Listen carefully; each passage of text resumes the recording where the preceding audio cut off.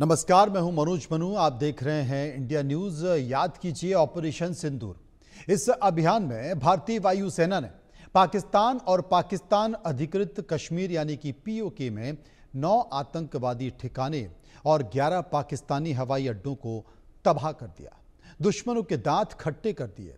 Rampage missile ने, जी हां, rampage missile ने इस ऑपरेशन में अपनी अहम भूमिका निभाई।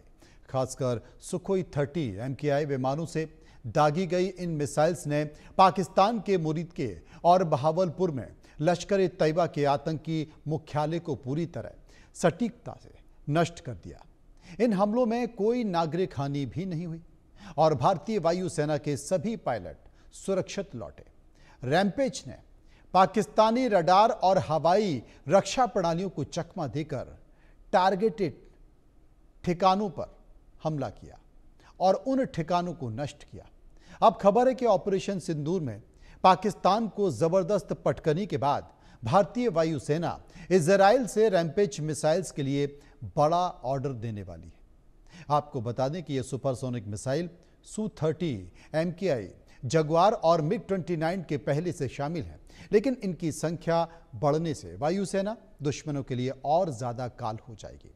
2020-21 में इजराइल से खरीदी गई ये मिसाइल 250 किलोमीटर से, माफ कीजिए, 250 किलोमीटर से ज्यादा तक लक्ष्य को भेद सकती है।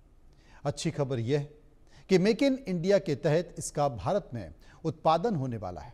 दरअसल इजराइल एरोस्पेस इंडस्ट्री और भारत इलेक्ट्रॉनिक्स लिमिटेड ने 2023 में एरो इंडिया में एक समझौता किया, जिसके तहत भारत में रैम्पेज का उत्पादन हो सकता है। इससे न केवल इसकी लागत कम हो जाएगी, बल्कि भारत की आत्मनिर्भरता भी बढ़ जाएगी। एक रिपोर्ट देखिए।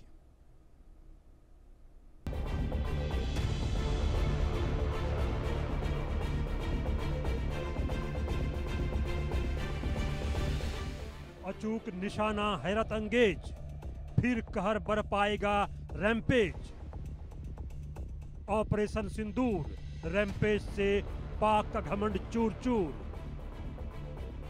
ब्रह्मोस के साथ पाकिस्तान ने मचाया तांडव। इजराइल को रैम्पेज मिसाइलों का बड़ा ऑर्डर।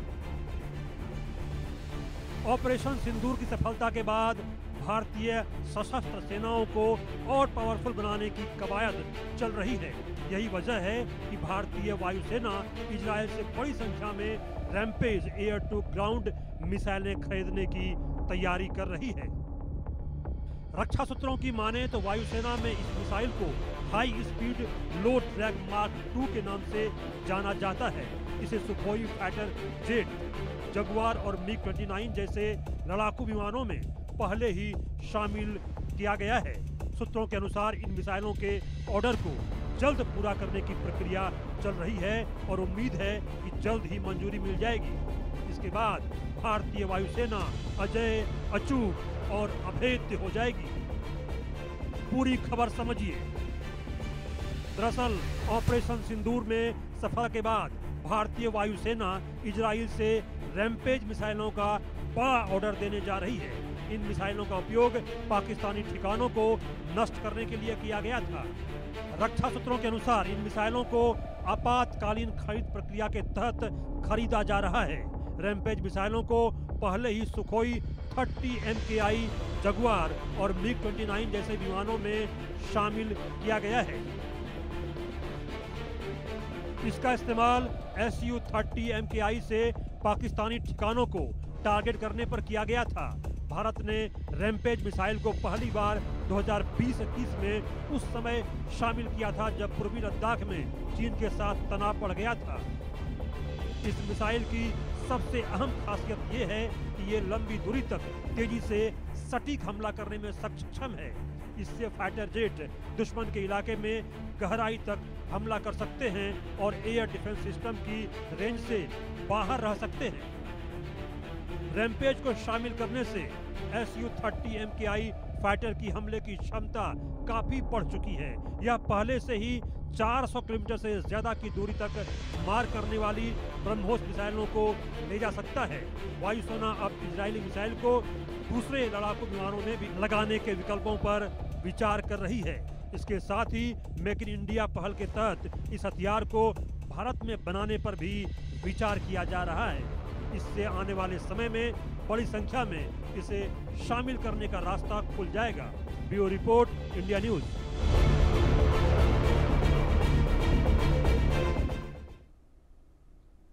विस्तार से चर्चा करेंगे major general retired doctor J K. Bansal, defence expert हमारे साथ मौजूद हैं। Group captain retired doctor D K. Pandey, पूर्व अधिकारी वायुसेना, मेरे साथ मौजूद हैं। सबसे पहले मैं बंसल साहब से पूछता हूं। बंसल साहब, हालांकि ये रैम्पेज मिसाइल अपने आप में बहुत ही महत्वपूर्ण है और हाल के दिनों में ऑपरेशन सिंदूर में इसने अपना जलवा दिखाया, फिर भी इसकी खूबियों के बारे में आप क्या कहेंगे?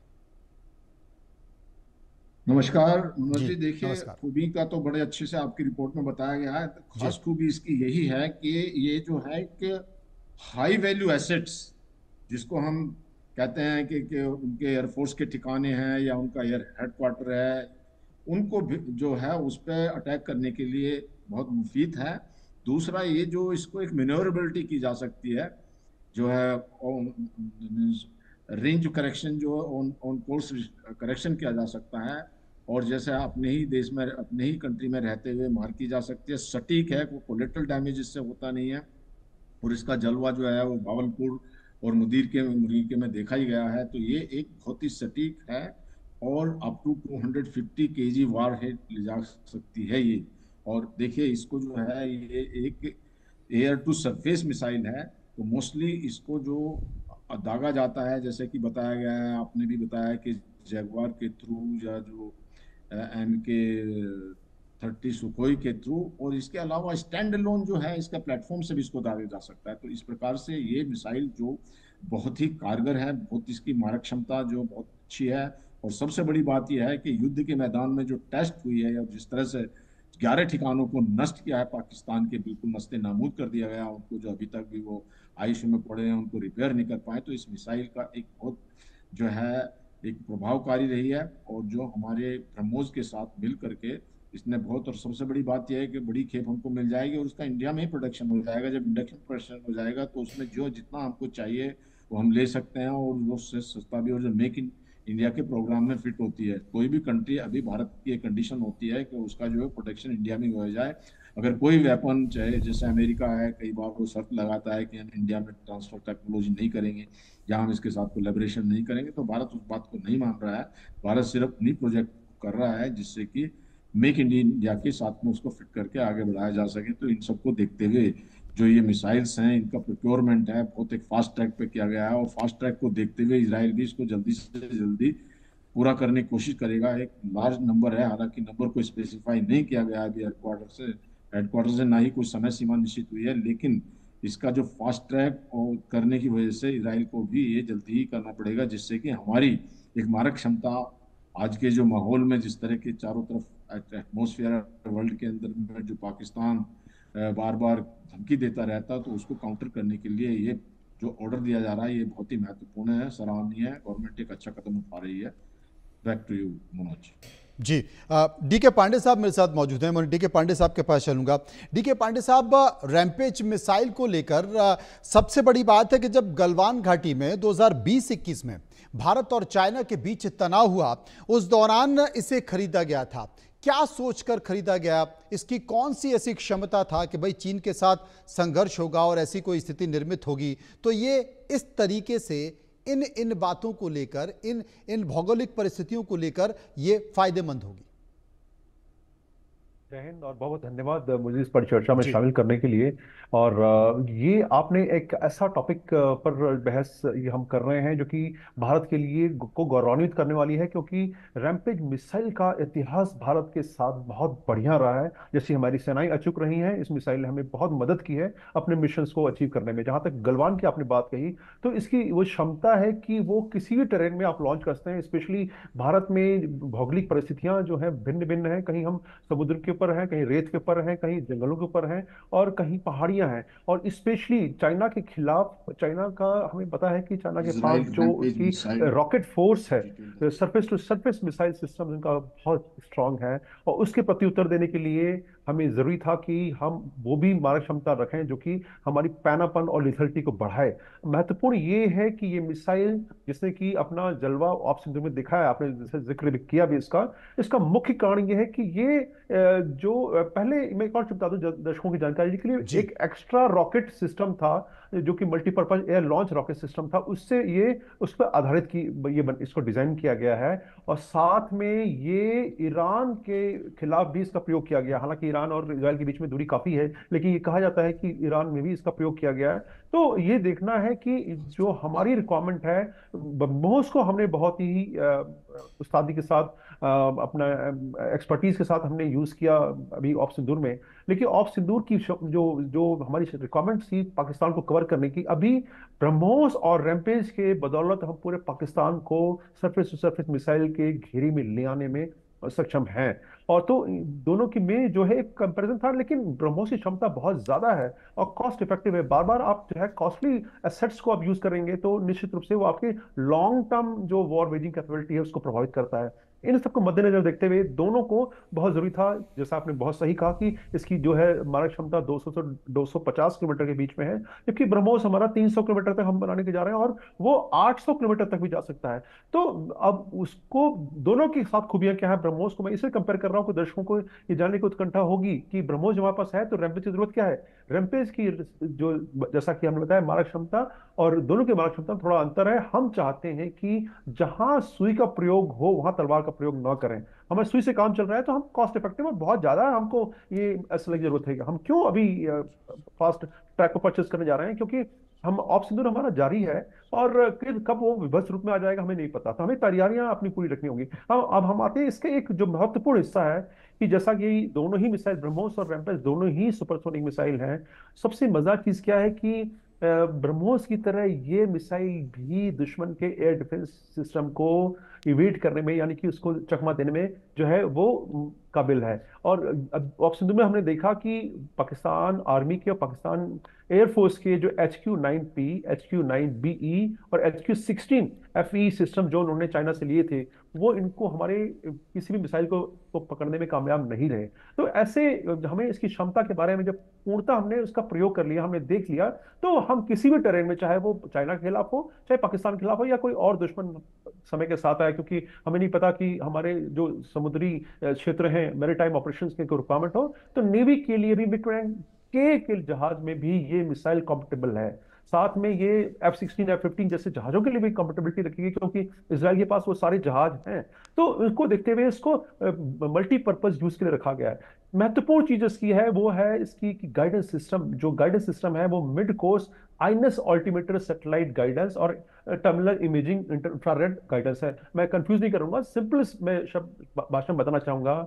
हमारा जो प्रिसीजन अटैक का हमारा जो लक्ष्य रहा है कि हम केवल उसी जगह अटैक करें जहां पर कि प्रभावशाली हो और जहां हमें रिक्वायर्ड है। कोलैटरल डैमेज यानी कि सिविल ठिकानों पर हमें आक्रमण करने की आवश्यकता नहीं है। ये हमने भारत ने बहुत ही जो है महत्वपूर्ण तरीके से अपने ऑपरेशंस को अंजाम दिया और हमने देखा कि कोलैटरल डैमेज हमारी वो शून्य थी ऑपरेशन सिंदूर में। तो इसके मद्देनजर ये मिसाइल हमें उन सभी उद्देश्यों की प्राप्ति करने में काफी महत्वपूर्ण है। अब जो जीपीएस हमने नैविक उसके बदौलत ये अपने आप को सही मार्ग पर स्थित रखती है और टनल फेजेज में जब बिल्कुल 50 से 70 किलोमीटर की दूरी पर आती है टारगेट से, तो ये टर्मिनल में जो जो घर्षण होता है, जो थर्मल इमेज जो पिक्चर में अक्सर देखते हैं हम लोग कि हरे रंग का दिखाया जाता है, कई बार जब अटैक वॉर फिल्म में दिखाते हैं, जो हरे रंग का इंफ्रारेड जो एक मंडल होता है, आभा मंडल होता है, उसको ये पकड़ लेती है। उसके बाद वो सही जगह जाती है। जब ये उस क्षेत्र में जाती है तो इसका जो मिसाइल का एक छोटा मुंह होता है वो खुल जाता है और वो इंफ्रारेड की तरफ बिल्कुल उसी जगह जाएगी जहां पर वो इंफ्रारेड सोर्स है और कहीं नहीं जाएगी। तो ये सब जो खूबियां हैं ये इसको और कामयाब बनाने में हमें मदद करती हैं। हम इसकी महत्वपूर्ण एक और चीज बताना चाहूंगा, सर्कुलर एरर प्रोबेबिलिटी। हमने कहा कि प्रिसाइज है, ये जो है वो 10 मीटर के आसपास है। ध्यान रहे ब्रह्मोस की 1 मीटर है, भारत ने बनाया उसको, उसकी 1 मीटर है। तो दोनों कॉम्पिटेबल कहा जाएगा। 10 मीटर भी बहुत अच्छी, क्योंकि आमतौर पर मिसाइलों का जो सीईपी है वो 100 मीटर के आसपास होता है। तो ये 10 मीटर तो उसके मुकाबले में बहुत बहुत अति उत्तम है। और साथ में जो एक अभी एंटी जैमिंग का हम जो है जिस प्रकार से इलेक्ट्रॉनिक वॉरफेयर का प्रयोग किया जा रहा है, उससे हमारी मारक क्षमता प्रभावित होती है। एंटी जैमिंग कैपेबिलिटीज भी इस मिसाइल में बखूब हैं। तो कहा जा सकता है दूसरे शब्दों में कि मिसाइल आज के कंटेम्प्रेरी इन्वायरमेंट में जहां पर की डिस्ट्रप्टिव टेक्नोलॉजीज जो हैं बहुत तेजी से आगे बढ़ रही हैं, उस क्षेत्र में आराम से अपने लक्ष्य को भेदने में ये कामयाब रहेंगी, ये और कामयाब रही हैं, और इतिहास जैसे बताता है। तो निश्चित रूप से भारत की मारक क्षमता जो है वो उसमें पैनापन आएगा, और हमारे जो कवरेज है, पाकिस्तान का हर कोना हमारे क्षेत्र में रहेगा। ये एक अपने आप में जो है हमारी जो जो कमेंट है वो पूरी जो है हो जाएगी। और मैं इसलिए कह रहा हूँ कि संख्या जब आ जाएगी हमारे पास 100 से अधिक मिसाइलों का ऑर्डर, जहां तक अभी एग्जैक्टली फिगर नहीं मालूम पड़ा है, लेकिन वो कहा जा रहा है कि 100 के अधिक मिसाइलें जो हैं वो आएंगी। और साथ में जो इनका जब ये आएंगी तो इनको किस प्रकार से अपने जहाज में, स्पेशली जो तेजस के आपने हमने सुना है, ये तेजस के जो जी ऑर्डर दिए गए हैं 83 और 97, तो इस प्रकार से तेजस जहाज में भी ये लग जाएंगे तो हमारी मारक क्षमता और बेहतर हो जाएगी। लास्ट जी पॉइंट में बोलना चाहूंगा कि पुराने और नए दोनों फ्लीट पर ये मिसाइल कामयाब रही है। ये एक इसकी बहुत बड़ी गुणवत्ता है, क्योंकि ब्रह्मोस जो है हर एयरक्राफ्ट में नहीं लग पाई है, क्योंकि हमने वो उसका प्रयास नहीं किया है। लेकिन तेजस, Su-30, राफेल में तो हमने किया, और ये जी रैम्पेज जो है वो पुराने जो हमारे जहाज हैं उनके ये तीनों जहाज के अलावा भी उसमें कॉम्पिटेबल है। जी बंसल साहब, अमूमन अगर रक्षा विभाग में देखें या सेना के जितने भी इक्विपमेंट हो, चाहे वो युद्धक विमान हो, गोला बारूद हो, हथियार खरीदना हो, मिसाइल्स खरीदना हो, एक लंबी प्रक्रिया होती है। और मुझे लगता है कि 2014 के पहले तो बहुत ही लेंदी प्रक्रिया थी, बहुत टाइम इसमें लगता था। लेकिन अब इस मिसाइल को खरीदने में या तमाम इस तरीके से बहुत ज़रूरी जो संसाधन हैं, जो हथियार हैं, जो जो इस तरह की चीज़ें हैं, उनको एक प्रोसीजर, फास्ट ट्रैक प्रोसीजर के तहत खरीदा जा रहा है, यानी कि आपातकालीन खरीद प्रक्रिया के तहत खरीदा जा रहा है। सबसे पहले तो मैं आपसे ये समझना चाहता हूँ कि यह आपातकालीन खरीद प्रक्रिया यानी कि फास्ट ट्रैक प्रोसीजर क्या है, और दूसरी चीज़, क्या हम इससे इन तमाम खरीदी को जो कि आपातकालीन खरीद प्रक्रिया के तहत खरीदी जा रही हैं, सीडीएस के उस बयान से जोड़ सकते हैं जिसमें उन्होंने कहा है कि हमें युद्ध के लिए तैयार होना चाहिए, हमें तैयार रहना चाहिए, क्योंकि हमारा पाकिस्तान के साथ कभी भी युद्ध हो सकता है। बंसल साहब, बहुत ही अच्छा प्रश्न आपने पूछा। जी देखिए, बार बार जो पाकिस्तान बेतुके जवाब देता रहता है, धमकी देता रहता है, कभी जो है वो कहता है हम आधे दुनिया को डुबो देंगे और हम 10 मिसाइल जो है बांध पे मार देंगे, जो अगर कोई बांध बनाया, जो इस तरह की जो बातें हैं, ये देखते हुए पाकिस्तान का जो एक तरीका है, तो इस तरह भारत को हमेशा तैयार रहना। और अब जो है ना, हमारी पॉलिसी चेंज हो गई है। बिल्कुल आपने बहुत सही कहा कि एक कमेटी बनाई गई है कि जो कुछ अर्जेंट इक्विपमेंट हैं या जो वेपन्स हैं उनको खरीदने के लिए फास्ट ट्रैक है, जिससे कि नहीं तो साल साल 2-2 साल लग जाते थे, फाइल इधर से इधर घूमती रहती थी, और वो कभी, आप चाहे राफेल को ही देख लीजिए कितना समय लगा उसमें। तो समय इसलिए लगा कि वो कोई रिस्पॉन्सिबिलिटी ओन नहीं करता था। अब एक कमेटी बन गई, जो कमेटी डिसाइड करेगी, बैठ करके एक डिसीजन हो जाएगा, तो उसको इम्प्लीमेंट करने में ज्यादा समय नहीं लगेगा।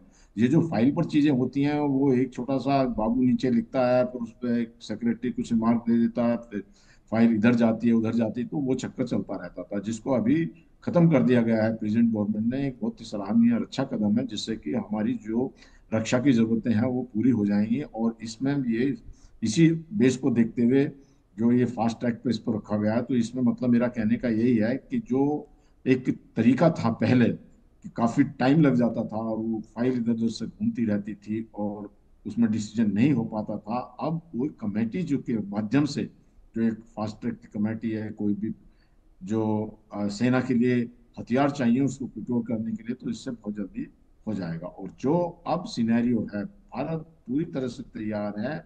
और ये जो है, ऐसा नहीं कई बार ये होता है कि जी हमने सिंदूर ऑपरेशन किया और दुश्मन को मात दे दी और फिर सो जाए अपना कि जी हम तो जीत के आ गए, हमने तो उसको मार दिया और फिर चुपचाप हम जो है कोर्ट अनअवेयर ना होने की वजह से, जो इस तरह इस समय हमारी जो गवर्नमेंट ऑफ इंडिया की है, जो हमारी रक्षा की जो है एक प्रिंसिपल है, ये बहुत अच्छा है कि हमेशा हमें तैयार रहना, सजग रहना है। जो हमारे सीडीएस ने कहा है कि हमें ऑल द टाइम वॉर में तैयार रहने की बहुत जरूरत है, पता नहीं कब कहाँ क्या हो जाए, और सुरक्षा उसके लिए बहुत जरूरी है। और उसमें जो ये अभी फास्ट ट्रैक से रैम्पेज मिसाइल का एक ऑर्डर देना जो दिया जाना है, तो उसकी जी प्लानिंग हो रही है, ये एक बहुत ही अच्छा कदम है। ये एक कदम से हमारी जो मारक क्षमता है, इसी प्रकार से जैसे तेजस का ऑर्डर आप देखेंगे। और मैं एक बात ये भी कहना चाहूंगा, आपके जो चैनल को सराहना करना चाहूंगा कि ये आपका चैनल जितने भी न्यू न्यू एडिशन है जी हमारे भारत में बन रहे हैं, जितने भी एक जो टॉपिक रेगुलरली आप लेते हैं, ये बहुत अच्छा है। इससे एक जनता में भी अवेयरनेस होता है, और इसका जो एक प्रभाव इसलिए भी पड़ता है कि जो पॉलिसी मेकर हैं, डीआरडीओ हैं, उसको भी एक चेतना जागृत हो जाती है जब वो टीवी पे देखते हैं कि हाँ ये काम जल्दी करना है।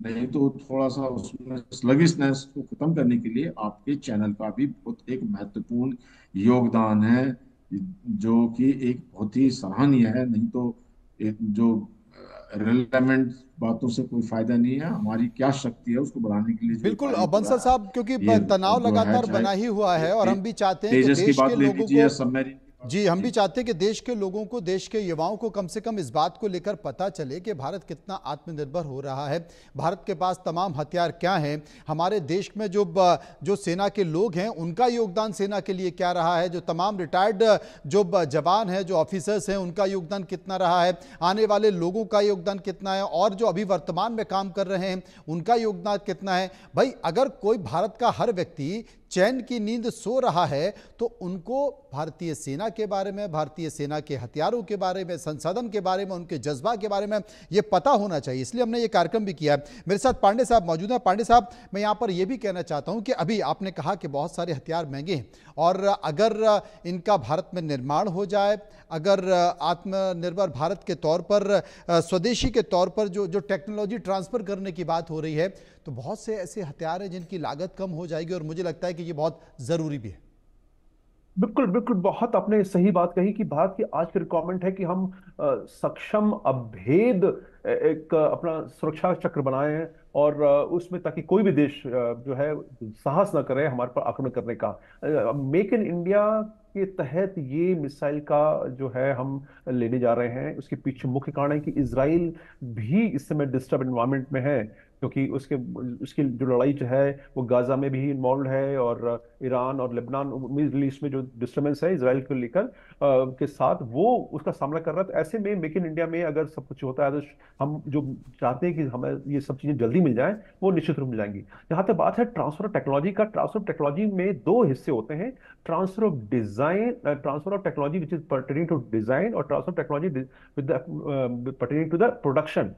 दोनों में जो है ट्रांसफर डिजाइन जो है बड़ा मुश्किल से देश तैयार होते हैं देने के लिए, क्योंकि उन्होंने वर्षों की मेहनत के बाद उसको तैयार किया है। तो जो डिजाइन के मामले में हमारे देखिए, हमारे भारतीय मूल के लोग हर दुनिया के हर कोने में हैं, और वो नासा में हो चाहे अमेरिकी सिस्टम कोई भी हो, वहां पर जो है वह मुस्तैदी से और बहुत अच्छे तरीके से प्रभावशाली तरीके से काम कर रहे हैं। तो जब वो मिसाइलें यहाँ आती है, मैं इसके लिए उदाहरण दे रहा हूँ कि मतलब भारतीय बुद्धि जो है वो काफी प्रोडक्टिव है। तो जब मिसाइलें आएंगी, भले ही वो ट्रांसफर ऑफ डिजाइन ना हो, लेकिन ट्रांसफर ऑफ टेक्नोलॉजी में जो प्रोडक्शन के लिए होगा, उसमें हम लोग काफी कुछ सीखते हैं, और अपना सिस्टम तैयार करने में वो हमें मदद मिलती है। दूसरी बात कि ट्रांसफर टेक्नोलॉजी के लिए चुनौतियां भी काफी होती हैं। जी ऐसा नहीं कि जी। उन्होंने दे दिया और हमने अडॉप्ट कर लिए, हमको वो इकोसिस्टम, हमको इंफ्रास्ट्रक्चरल चेंजेस भी करने होते हैं। तो उन सब के लिए हमें तैयारियां करनी होती है कि वो जो सपोर्ट सिस्टम है, जो कंपोनेंट है, देखिए एक चीज से बनता नहीं है, इसमें हजारों जो सब सिस्टम कंपोनेंट्स हैं, जो कई सब असेंबलीज हैं, इनको डिजाइन करना, फिर उनको कंपेटेबिलिटी, उनको मतलब एक साथ इंटीग्रेट करना, ये एक बहुत बड़ा चुनौतीपूर्ण जी कार्य होता है। हम उसके लिए एक सिस्टम यहाँ तैयार कर पाए, ये हमारे लिए एक बहुत बड़ी बात है, और हम